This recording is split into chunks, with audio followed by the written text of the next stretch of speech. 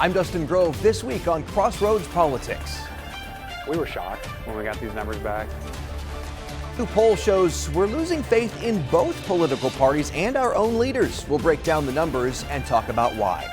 Also, whatever you can do, state of Indiana, to help us make Indiana safer. Indiana action on immigration, why the White House Border Czar visited this week, while protesters outside carried a message of their own. And teacher pay. Indiana has made some big gains the past few years, so why are some still worried it's not enough? That and more all ahead right now on Crossroads Politics.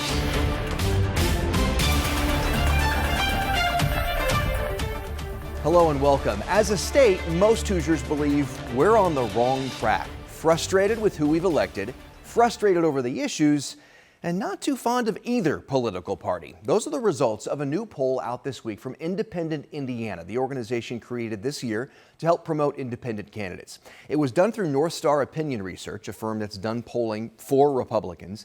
So here it is. Out of 600 voters, 53% believe Indiana is headed in the wrong direction. Almost half, 49%, have an unfavorable opinion of President Trump, and 43% have an unfavorable opinion of Governor Braun. Only 24% favorable for the governor.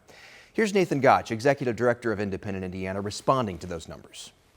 It tracks with what we're seeing when we talk to people one-on-one. So many folks tell us, look, we just don't feel good about the current state of Indiana politics. We're not really a fan of either party. We don't like our current leadership. And that comes from people who identify as Republicans, as independents, and as Democrats. But it's hard to know if these anecdotal stories are representative of an entire group. This poll makes it very clear that these people who don't feel like things are working right now are not alone. And to that point, most had unfavorable views of both major parties, 45% unfavorable for Republicans, 43% unfavorable for Democrats. Nearly 7 in 10 Hoosiers, 69%, say the two-party system leaves too many people out. As for Governor Braun's poll numbers specifically, a spokesperson for the state GOP responded with this statement here saying, "This poll is deja vu of every other unreliable political poll that claimed Mike Braun's campaign was struggling, only for him to win with the largest margin of victory for Indiana governor in more than 40 years. The statement goes on to say, Independent Indiana may underestimate Governor Braun, but Hoosier voters have demonstrated they are confident in the governor's agenda. Now, another big topic on this survey was about redistricting. We've been covering this for a while now as lawmakers weigh whether to hold a special session to do that here, as we've seen in other Republican-dominated states. The White House is looking for Indiana to redistrict to try and pick up a few more GOP seats in the House next year. The results from this poll from Independent Indiana show about half are against that idea of redrawing our congressional maps. All right, more news this week. Growing anger on Indy's near northeast side. This is over a project that would convert a vacant lot into a 13-acre data center campus. Our Alex Almanza takes a closer look at Indiana's latest data center debate. It's the former site of the Sherman Drive-In Theater and once dubbed Indiana's largest movie screen. But now, we don't want it. Y'all make some noise. 25th and Sherman is the battleground for one of the state's biggest controversies. No data center here! On Monday, the residents turned out to protest against Metro Blocks, an LA-based tech startup wanting to plug in a data center on this vacant lot, which is already zoned for industrial use. We fought for this neighborhood all our life, and we're gonna fight for it now. Voices big and small saying it brings little benefit to the area, but why residents decided to fight was how they saw Franklin Township's battle with Google play out. Franklin set the precedence for us to show what collective impact is and what it's about, and as you can see, some of the Franklin communities out here today. But despite the picket signs and marching, some people for the project say that this means big change for the Martindale-Brightwood neighborhood. According to Metro Blocks, what they're building brings an estimated $10 million of additional property taxes to the area. In terms of the environment, the company says it won't pollute or use groundwater, will run at less than 50 decibels, and will pay for its own power usage. I think this new proposed development is all about the future of our neighborhoods and how we attract and retain businesses to help us grow and meet the needs of our community. I think this is a start of growth here, in my opinion. Councilor Ron Gibson weighed in on the pushback, saying he hasn't heard major concern. I'm very in tune with my constituency, and I can tell you that I'm not hearing that. Gibson adds the company will have to file to add data centers to the zoning code, followed by public hearing. For now, protesters say they'll keep marching, blocking traffic if they have to. Stop traffic the same way they can't keep riding past. They need to stop seeing property and start seeing people. In Indianapolis, Alex Almanza, 13 News. Thousands of federal workers and their families here in Indiana spent the week waiting and wondering if and when they'll get a paycheck with the government still shut down. Our Ella Rhodes caught up with union reps for TSA, air traffic controllers, and other employees. Flight delays or a wait at TSA isn't the only sign of the government shutdown, but it's one most Americans see first. Indiana State AFL CEO Brett Voorhees represents 40 unions in the Hoosier state, including federal employees at the airport. Airport employees and those who are actually traveling the skies and everything, and putting them together and realize that, man, we really need to think about what's going on here. Which direction is our government going in? Inside AFL is the American Federation of Government Employees. Arnold Scott represents nearly 40,000 people across Indiana, Kentucky, and Ohio. If you terminate these employees, or if you get rid of these employees, then that means that the services that the taxpayers are entitled to, they either can't get it, or either it's a longer wait to get the services. Air traffic controllers, TSA, and airports aren't the only ones impacted from the federal government shutdown. Millions of federal employees in every state are impacted too. Scott also represents employees at local VA hospitals, military bases, Social Security offices, Bureau of Prisons, the list goes on. American Federation of Government Employees National President Dr. Everett B. Kelly talked to Indiana labor unions about their concerns. This was not really a shutdown, but it's more of a shakedown, because this administration has been hell-bent on making sure that federal employees suffer, for no reason whatsoever. They shouldn't be political pawns. Dr. Kelly says they're fighting layoffs in court, but the shutdown doesn't make it easier. We're being held hostage because all of these constraints that are being put on America right now, and there's nothing we can do but hope that this president decide to do us right. As of now, the employees keep serving the people, but the uncertainty grows every day of the shutdown when it comes to being paid or even having a job. In Indianapolis, Ella Rhodes, 13 News. Also this week, White House Border Czar Tom Homan was in Indianapolis. Homan was speaking behind closed doors at the State House about immigration. Our Gemma Webster was there and explains what he and our lawmakers are pushing for and the message protesters came to share. Well, one of the things we kept hearing over and over the course of those 2 hours is what can Indiana lawmakers and what can the state do to help the Trump administration when it comes to immigration? Behind closed doors in the House chambers, no media cameras allowed inside. There are state-level actions that we can and that we should be taking. Lawmakers and law enforcement talking immigration at an event hosted by the Attorney General. Please welcome Border Czar Tom Homan. So-called White House Border Czar Tom Homan, the event's final speaker. So what I ask from you all is to deputize our entire community. Across from House chambers, a handful of protesters came with their own message. It sickens me to think that the state of Indiana would just be one more stop on their horrible underground railroad of illegal deportations and stripping people of their human rights. We're not okay with that in Indiana. We are saying no, and we are not complicit, and we are not consenting to this utilizing of our prisons. Whatever you can do, state of Indiana, to help us make Indiana safer. I'm not saying every illegal alien is a public safety threat, but many are. Help us. Because every public safety threat we remove from this country makes your neighborhood safer. Both Attorney General Todd Rokita and Governor Mike Braun are pushing lawmakers to pass the Fairness Act this upcoming legislative session. House Republicans approved it last year, but it didn't make it past the Senate.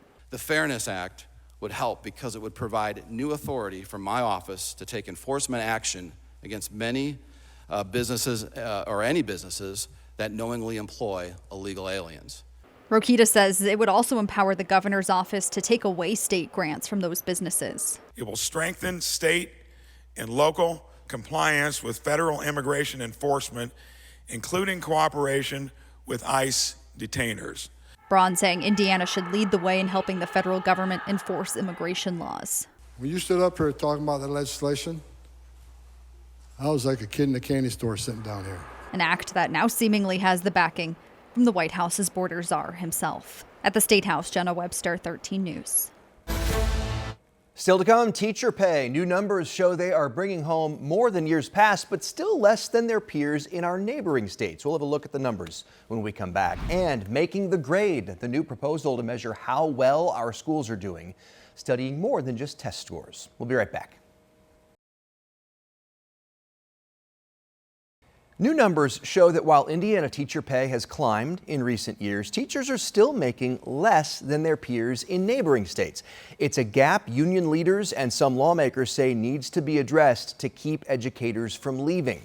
Our partners at the Indiana Capitol Chronicle were at the last meeting of the Interim Study Committee on Fiscal Policy, and they say lawmakers spent a lot of time there focusing on teacher and administrator salaries, student-to-teacher ratios, and other education funding trends. All right, so take a look. The average teacher salary in Indiana this year was about $63,400, $99,500 for administrators, and about $116,000 for corporation administrators, like superintendents, that type of thing.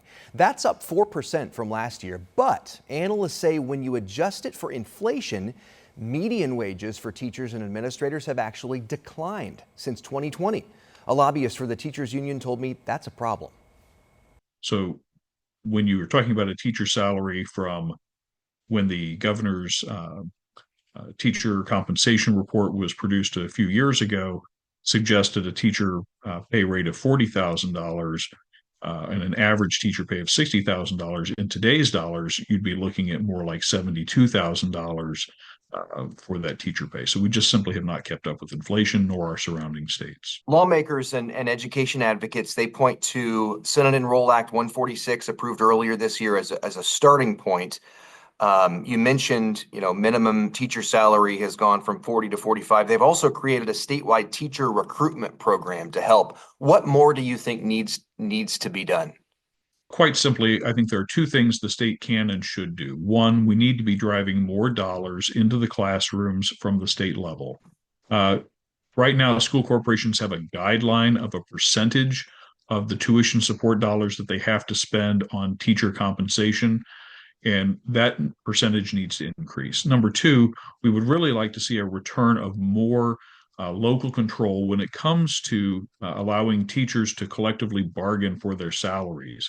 Indiana has continuously stripped away collective bargaining rights for teachers over the years, and restoring some of those rights will help improve teacher pay. Hand also called attention to Indiana's severe shortage of school social workers needed to support students' mental health needs. The latest data showed for every 1,800 students in Indiana, there's just one social worker. The recommended ratio is 250 to 1. Indiana is now one step closer to a new grading system for schools. And at the heart of this whole thing, state education leaders say they want to measure schools by what students achieve, not punish schools for what students don't. And as part of that, they want to grade schools on more than just test scores. MJ Slaby is a reporter for Chalkbeat Indiana. She joins me now to break down what this latest proposal looks like. Thank you so much for being here. Yeah, thank you for having me. All right, so they decided to keep the A through F letter grades for schools, but change exactly how they're earned. How so? Yeah, so this is actually the second proposal of a proposed accountability model for schools that state education leaders presented to the State Board of Ed on Wednesday. And so it really focuses more on individual students. So students earn points, and they earn certain points for academic mastery, so those test scores like I learn, I read, and then they also earn additional points for areas that state education leaders have said kids need this to succeed in the future. So that's things like workforce and career readiness, communication and collaboration, attendance. Then put those together, right? Students have an overall score. We average those scores, and that's the school score.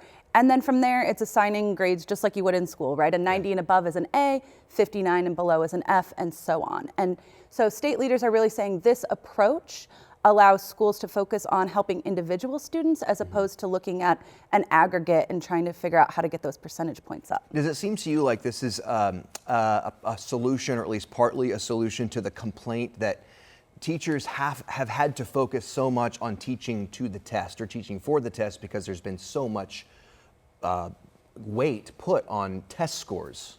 It could be. You know, state leaders really talked about wanting to educate the whole child and the whole human being, talking about, you know, this is what industry leaders have also told them, these are the skills students need.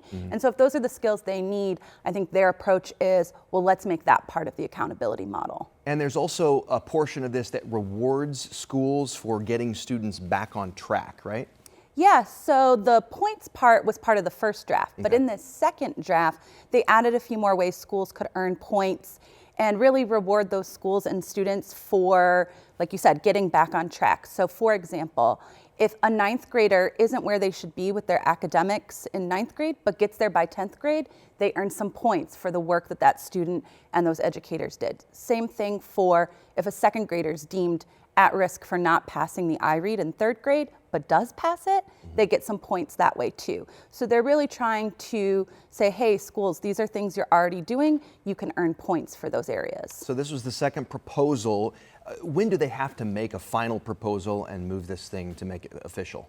Yeah, so according to state law, it needs to be done by the end of the calendar year. Okay. So the State Board of Education's December meeting is December 10th, so we should expect a vote then. And is there a way for the public, the people watching, to take a look at it and then weigh in?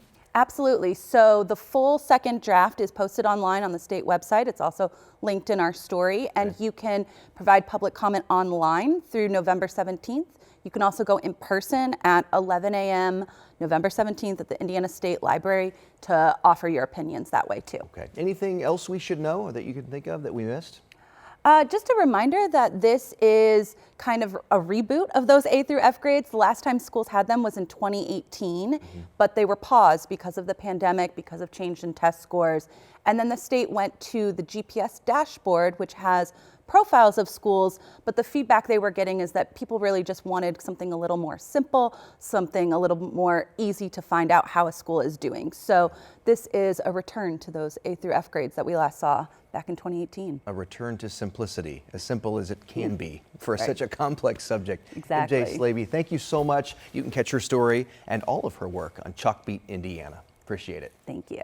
And that wraps it up for this week. For all of us here at 13 News, I'm Dustin Grove. Thanks so much for watching. We hope to see you next time right here on Crossroads Politics.